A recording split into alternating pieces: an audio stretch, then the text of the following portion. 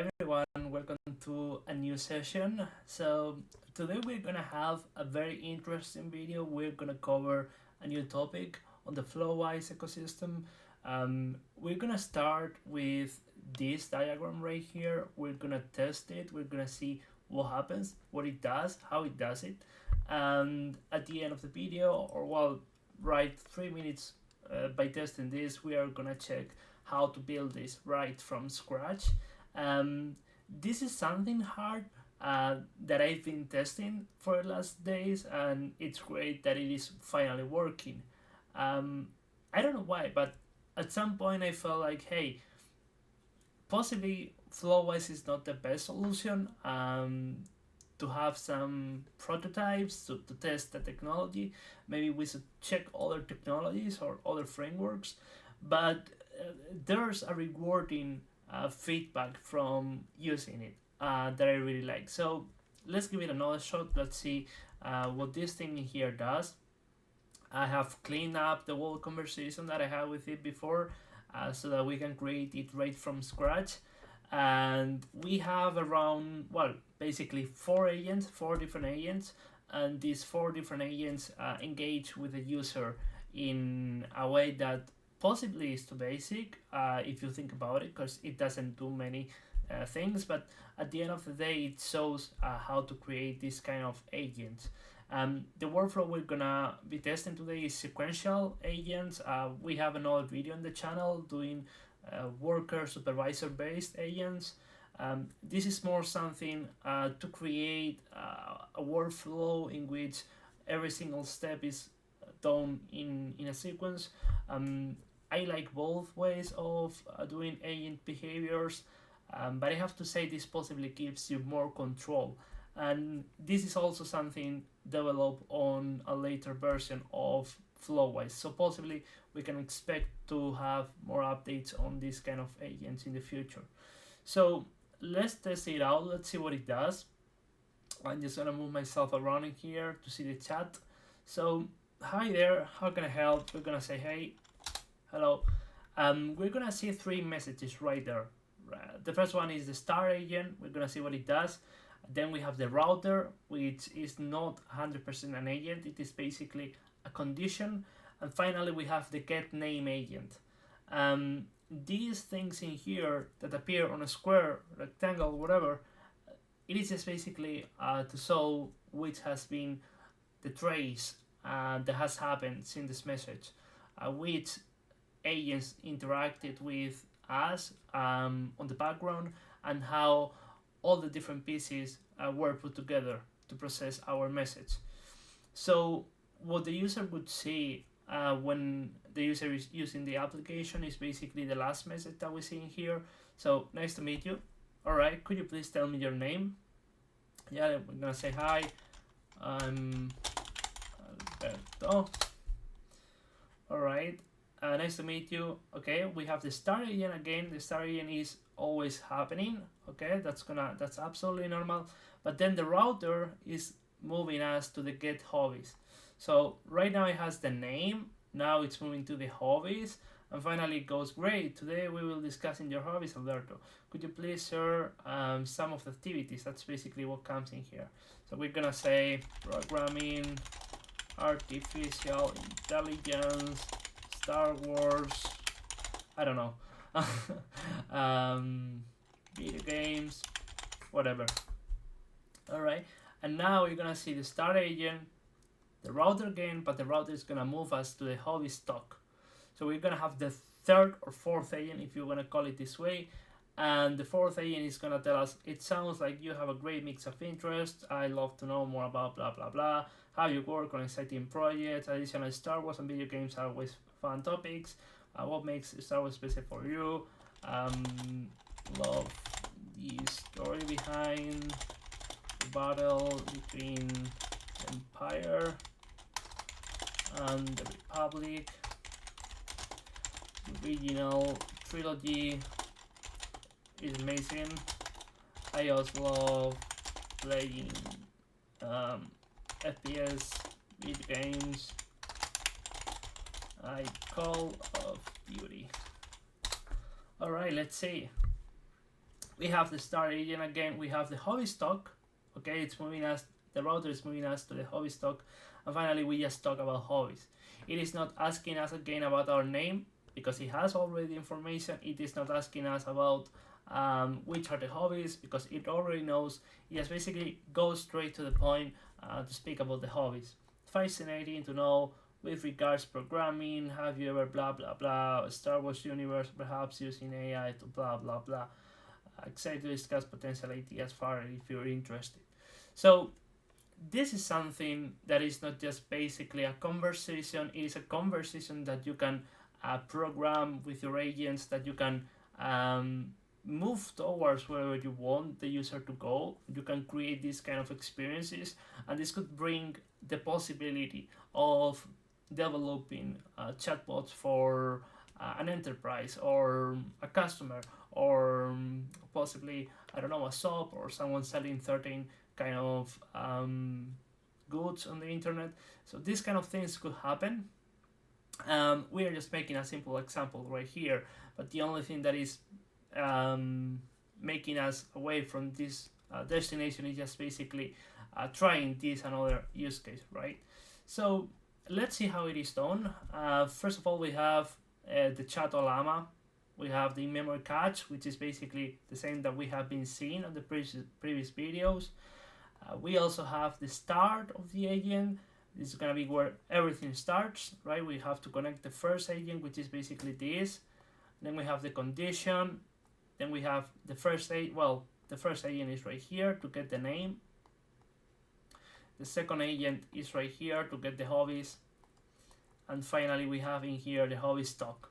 Okay. All of them are ended with an end clause. That's necessary if we want to make it work. And which other things we have? Basically this, we have the state in here, we have the agent memory, and we have, this is the start agent. So the state is basically name and hobbies, that's all. And as you can see, we're gonna see it later on, the state is the memory or part of the memory of the agent, and we can create different variables and their contents. So the first one is name, the second is hobbies. The first one is set to be replaced. So if I come in right here, just say, hey, my name is whatever, or just clean up the history of the chat, say my name is whatever, the agent is going to replace the name for the new user, and the hobbies are going to be appended. That means if I tell the agent later on, or if we remove the conversation and we have another conversation with the same name, and I tell them, hey, I also like football, or I also like tennis, the previous hobbies are not going to be replaced. They're going to be appended, right? This is something you have to do at the moment in a way, in a programmatic way, but that's something useful that you can manage this state. Then we have the memory here. This is SQLite. We can also add parameters in here, but we're just going to leave it there. And then we have the prompts. You are a research assistant. You are a research assistant who has the user the name. Very simple, very basic, no big deal. On the prompt engineering, and then just discuss the hobbies, and then in here, just get the hobbies from the user, right? And this is the router, right? The router, if the name is empty, we go to get name. If the hobbies is empty, we go to get hobbies. And then if there's nothing, like if he knows the name and the hobbies, you just basically have a conversation about the hobbies. So let's try to make it happen. Let's go from scratch. Let's do it. Just click on here. Add new. It's gonna be hobbies sequential scratch. Okay. And we're just gonna create the Olama. We're gonna have the Mistral model. We're gonna have in memory cache. Okay. We're gonna have start of the agent.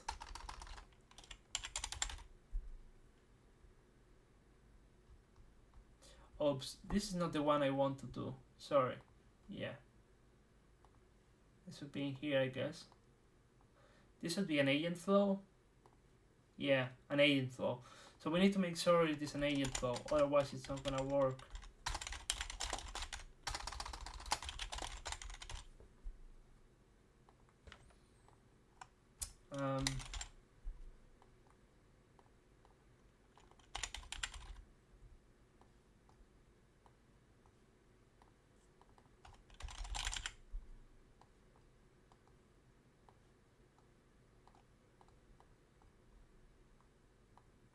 We just connect the OLAMA to the chat model, then we have to create a memory for the agent, the state for the agent.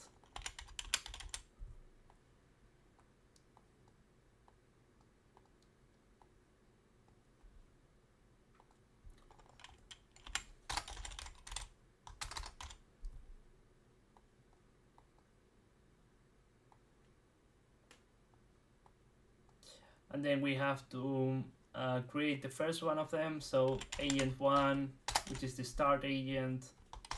I'm gonna explain why I have created a start agent. Is there any use of it? Well, possibly yes. One possibility that I'm gonna introduce in here is if we want to go backwards, all right, in time on the things that we can do, right, with the agents, we want to loop everything together. We can use something called the loop. And if you want to use a loop, you need to have an agent to loop to. Like, you cannot loop to a condition, or you cannot loop to a condition agent, or you cannot loop to an LLM node. Well, I don't know if LLM node, but I guess you have to go to an agent. At least that's the experience that I had before. Possibly I was doing something wrong and I don't know. But it is also great to have an agent to be in a start point, just in case you want to add more functionalities. You don't have to depend on other agents. So yeah, let's leave it there. We connect the start. We also connect the chat model.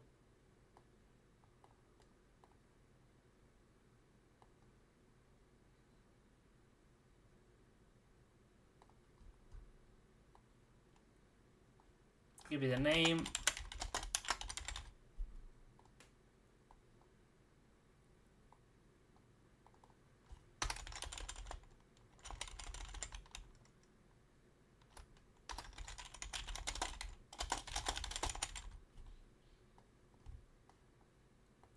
And then we have a condition.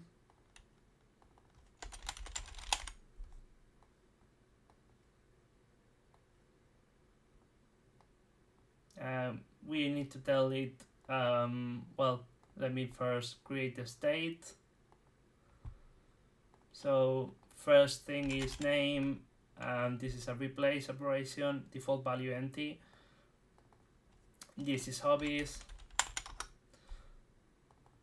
And we are appending. Like, for example, you could give a default value if you wanted, I don't know, hello user, whatever. But something useful of giving it an empty value is that you can understand if the user has already given that value or not. So I'm just leaving it empty. And then it's gonna be filled whenever the user gives the name. And then we have, this is the router.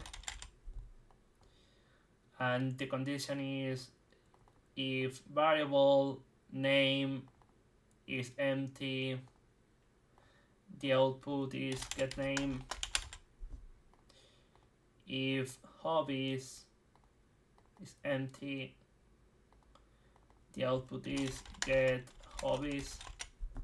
And then we have the end, but we don't need to give what's gonna be the reason to go to the end, right? So now we just go for agent, 3 agents. First to get the name, second to get the hobbies, and third we can also duplicate from here like this. So we just gonna get hobbies to this first one. Well, this is gonna be get hobbies. This is gonna be get name, and this is gonna be the end.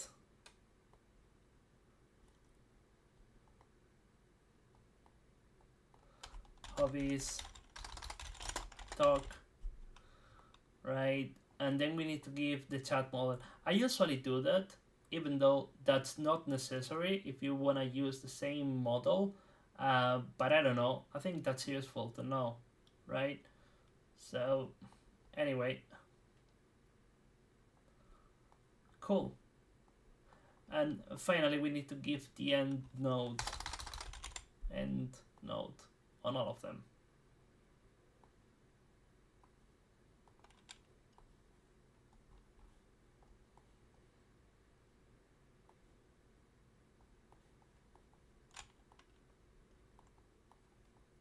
Awesome. So right now, I think pretty much everything is ready. Let me change the prompts.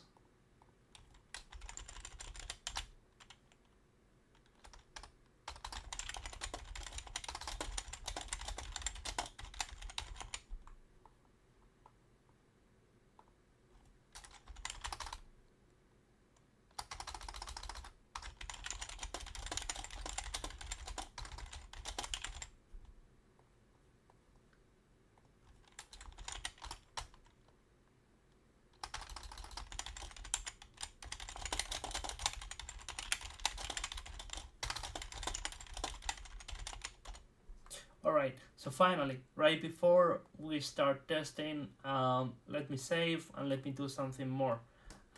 We need to come to the additional parameters, update state, and we can say this is gonna be the hobbies and the value is gonna be the output, alright, basically. And then we have additional parameters on the name, and this is gonna be the name, and the value is going to be flow output content. So flow output content is basically what the agent has generated, right? I tell them, hey, my hobbies are whatever. They rehearse about the last message, and that rehearsal goes right into that value, okay?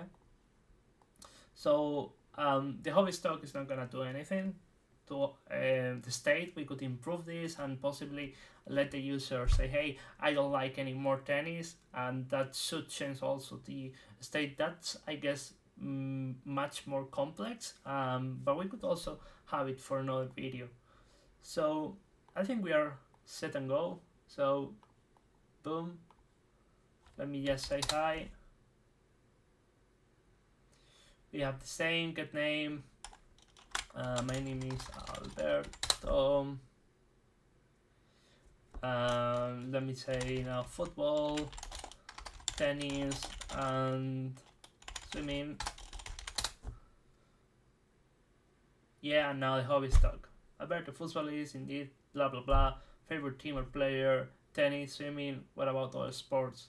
So this is pretty much the video for today. As you can see, just by drag and dropping, we can create an agent that can engage in a conversation with the user. This could bring a lot of potential for businesses selling goods on the internet or any other kind of business, customer support possibly. Also, you can imagine other use cases like, I don't know, AI-based chats or pals that you can talk with, whatever. I hope you like the video. Share, like, subscribe, and see you in the next one. Bye bye.